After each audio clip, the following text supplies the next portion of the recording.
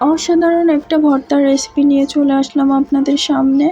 একবার খেলে বারবার খেতে ইচ্ছে করবে। আর রেসিপিটা কিন্তু একদমই সহজ। বাই দ্য ওয়ে, আপনারা দেখছেন যেমন খুশি তেমন রান্না, সঙ্গে আছে আমি সুরাইয়া। আমার পক্ষ থেকে সবাইকে জানাচ্ছি সালাম আর অনেক অনেক ভালোবাসা। তো আজকের রেসিপি হচ্ছে ধনেপাতা ভর্তা। তো ধনেপাতা ভর্তা তো সবাই নানাভাবে করেন, আজ আমি একটু ভিন্নভাবে করব। তো চলুন দেখে নিই কীভাবে করছি। এখানে ফ্রেশ ধনিয়া পাতা নিয়েছি আর ধুয়ে তারপর নিয়েছি, আর এখানে এই যে গোড়ার অংশটা কেটে ফেলে দিচ্ছি। আর এই যে পাতার অংশটাকে কিন্তু ছোট ছোট কুচি কুচি করে নেব। তবে বন্ধুরা, তোমরা চাইলে কিন্তু এখানে পরিমাণে বেশি ব্যবহার করতে পারো। আমি অল্প নিয়েছি, তোমরা অনেকটা নিতে পারো। এই ভর্তার রেসিপিটা কিন্তু একবার খেলে বারবার খেতে ইচ্ছে করবে। একটু ভাত বেশি করেই রান্না করতে হবে এই ভর্তাটা তৈরি করলে, কেননা ছোটো বড়ো সবাই অনেক বেশি পছন্দ করবে এই ভর্তার রেসিপিটা।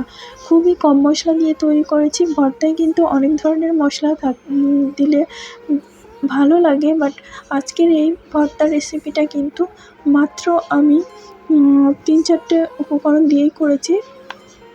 এখানে নিয়ে নিচ্ছি 3টে পেঁয়াজ, ধনিয়া পাতাগুলো কুচি করে। তো আমি কিন্তু অন্য কোনো বাড়তি মশলা ইউজ করব না, শুধুমাত্র এইগুলো দিয়েই তৈরি করব, যাতে ধনিয়া পাতার ঘ্রাণটা বজায় থাকে। তো কথা বলতে বলতে এই মাঝে ভর্তার জন্য পেঁয়াজ কুচি করে নেওয়া হয়ে গেছে। আর এদিকে নিয়ে নিলাম কাঁচামরিচ আর কয়েক কোয়া রসুন। তবে রসুনের পরিমাণ তোমরা চাইলে একটু কমিয়েও নিতে পারো। আমি একটু রসুনটা বেশি দিয়েছি, কেননা রসুনের বাটা যে একটা ঘ্রাণ থাকে, এই ঘ্রাণটা কিন্তু আমার খুবই ভালো লাগে। তো এই কারণে রসুনের পরিমাণটা একটু বেশি দিয়েছি। আর ধনেপাতার ঘ্রাণটাও চমৎকার লাগে, দুটো মিলে কিন্তু অসাধারণ হবে। আজকের মশলার ভিতর আমি কিন্তু এই 3টা মশলা ইউজ করব, এছাড়া কোনো অন্য মশলা ইউজ করব না এখানে। তবে তোমরা যদি বেশি মশলার ভর্তা তৈরি করতে চাও, তার জন্য আমাকে কমেন্ট করে জানিও। আমি অন্য কিভাবে তৈরি করি সেটাও তোমাদের সাথে শেয়ার করব। তো রসুন কুচিগুলো আমার হয়ে গেল।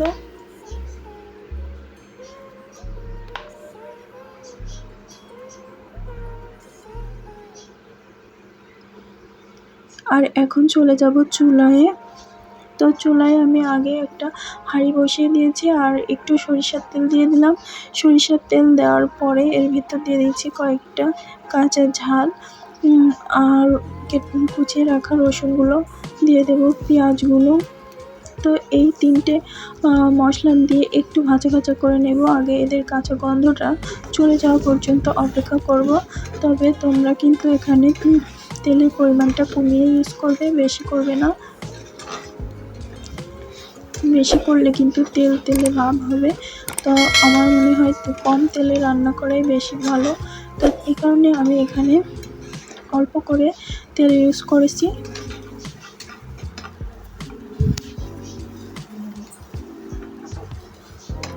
তো এইভাবে ভেজে নেব এটাকে। গরম গরম ভাতের সাথে এরকম একটা দারুণ ভর্তার রেসিপি থাকলে কিন্তু পুরো প্লেট খালি হয়ে যাবে, অন্য কোনো তরকারির প্রয়োজনই হবে না। এবারে কাঁচা গন্ধটা চলে যাওয়ার পরে দিয়ে দিচ্ছি ধনিয়া পাতা কুচি। তো ধনিয়া পাতা কুচিগুলো দিয়ে এখন একটু নাড়াচাড়া করে নেব।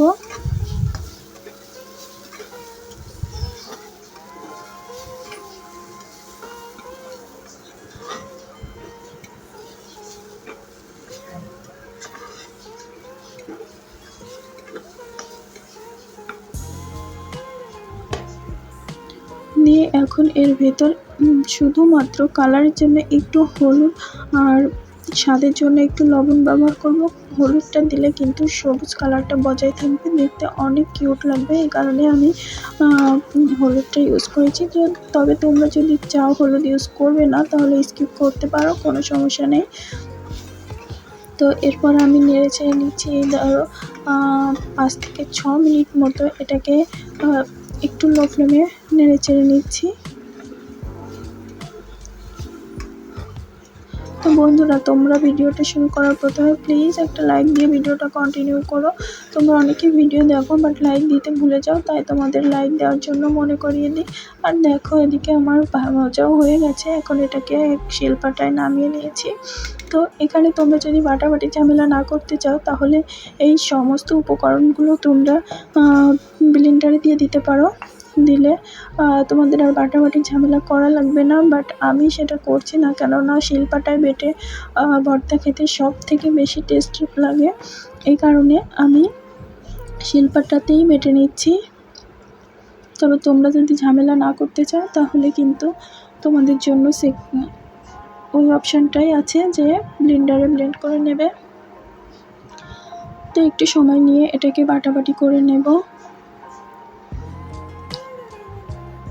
তো বন্ধুরা, আমার ভিডিওটি যদি তোমাদের ভালো লেগে থাকে তাহলে আমার চ্যানেলটিকে সাবস্ক্রাইব করো, লাইক করুন, শেয়ার করে আমার সাথেই থেকো। তো দেখো, কথা বলতে বলতে তোমাদের সাথে এই যে আমার বেটে নেওয়া হয়ে গেছে। এখন চলো গরম গরম ভাতের সাথে টেস্ট করেই। ও তার আগে কিন্তু এখানে আরও একটা উপকরণ অ্যাড করব, যেটা ছাড়া ভর্তাটাই হয় না। যে কোনো ভর্তা তৈরির মোক্ষম উপাদান হিসাবে কিন্তু এটাই ব্যবহার করা হয়, সেটা হচ্ছে কাঁচা সরিষার তেল। তো আমি এখন একটু কাঁচা সরিষার তেল দিয়ে দিলাম। কাঁচা সরিষার তেল দিয়ে এইভাবে মিক্সড করে নিচ্ছি।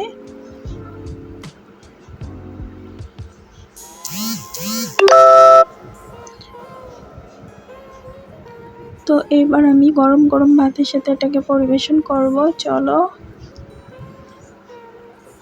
সত্যি বন্ধুরা, এই ভর্তার রেসিপিটা গরম গরম ভাতের সাথে খেতে কিন্তু দারুণ লেগেছিল। তোমরা বাসায় অবশ্যই একবার হলেও ট্রাই করো আর আমাকে কমেন্ট করে জানাও কেমন হলো।